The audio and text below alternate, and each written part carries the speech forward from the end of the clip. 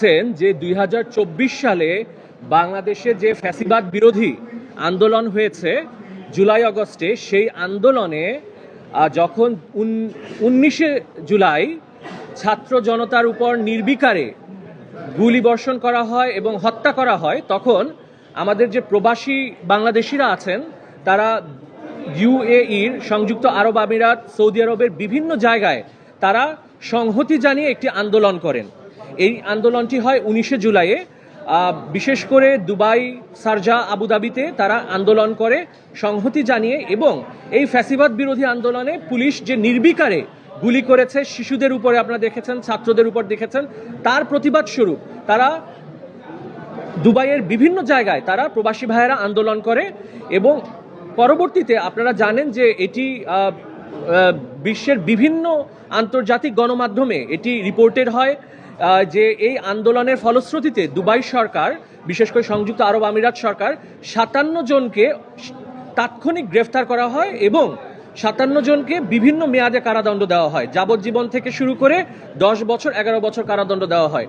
পরবর্তীতে তৎকালীন আমাদের যে অন্তর্বর্তীকালীন সরকার প্রধান ডক্টর মোহাম্মদ ইউনুস, তিনি সংযুক্ত আরব আমিরাতের রাষ্ট্রপ্রধানের সাথে সাক্ষাৎ করেন এবং তাকে অনুরোধ করেন এই 57 জন বাংলাদেশি সহ যারা আন্দোলন করেছিল প্রবাসে তাদেরকে মার্সি করে দেওয়ার জন্য, মার্জনা করে দেওয়ার জন্য।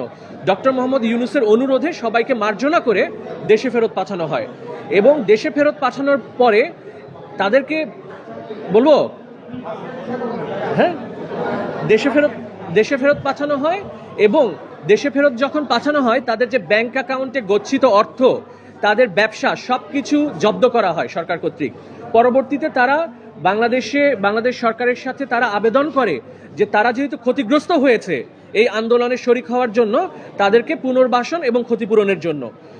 এর প্রেক্ষিতে আপনার প্রবাসী কল্যাণ মন্ত্রণালয় অধীনে একটি বিশেষ কমিটি করা হয়, যেখানে 4 জন উপদেষ্টা ছিলেন। এই উপদেষ্টা কমিটির কাজ ছিল একটি ক্ষতিপূরণ তাদেরকে কেন দেওয়া হবে না এই মর্মে একটি রিপোর্ট প্রদান করা, কিন্তু অদ্যাবধি কোনো ব্যবস্থা গ্রহণ করা হয়নি। এর ফলশ্রুতিতে আমরা রিট পিটিশন দায়ের করি। প্রথমে একটি ডিমান্ড অফ জাস্টিস নোটিশ পাঠিয়েছিলাম, তারপরও আমরা ক্ষতিপূরণ পাইনি বলে রিট পিটিশন দায়ের করি। এই রিটে আজকে শুনানি শেষে মহামান্য হাইকোর্টের একটি বেঞ্চ রুল দিয়েছে যে জুলাই আগস্ট 2024-এ প্রবাসে বাংলাদেশিরা যারা অংশগ্রহণ করেছিলেন আন্দোলনে এবং যাদেরকে দেশে ফেরত পাঠানো হয়েছে, ক্ষতিগ্রস্ত হয়েছে, তাদেরকে প্রত্যেককে 25 লক্ষ টাকা করে কেন ক্ষতিপূরণ দেওয়া হবে না এই মর্মে রুল দিয়েছেন। সরকারের কাছে জানতে চেয়েছেন 260 জন প্রবাসী বাংলাদেশি।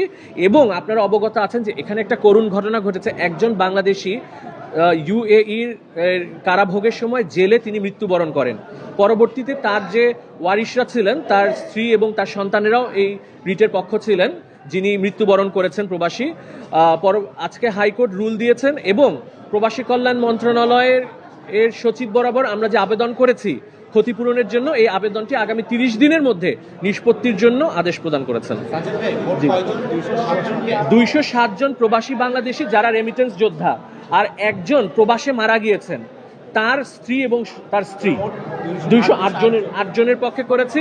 আপনারা জানেন যে দুবাইয়ে কারাগারে তাদেরকে নির্মমভাবে রাখা হয়েছিল, কোনো খাবার দাবারের ব্যবস্থা ছিল না।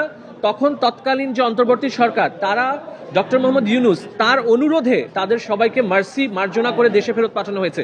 কিন্তু এই প্রবাসী বাংলাদেশি যারা বাংলাদেশের রেমিটেন্স পাঠাচ্ছে রেগুলার, তাদের আজকে তারা একটি করুণ জীবনযাপন করছে এবং এর ফলে আমরা ক্ষতিপূরণের জন্য আবেদন করেছি।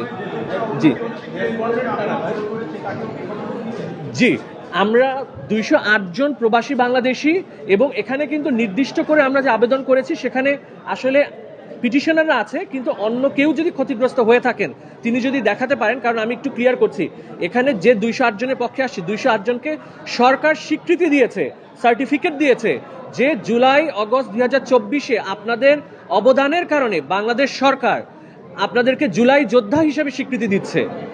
আমাদের প্রত্যেককে সার্টিফিকেট দিয়েছে এবং আমাদের যে অবদান এটি সরকার স্বীকৃতি করার পরও অদ্যাবধি আমরা কোনো ধরনের ক্ষতিপূরণ পাইনি। আমাদের পরিবার সহ নিঃস্ব জীবনযাপন করছে। এর প্রেক্ষিতে আসলে রিটটি দায়ের করা হয়েছে। ধন্যবাদ।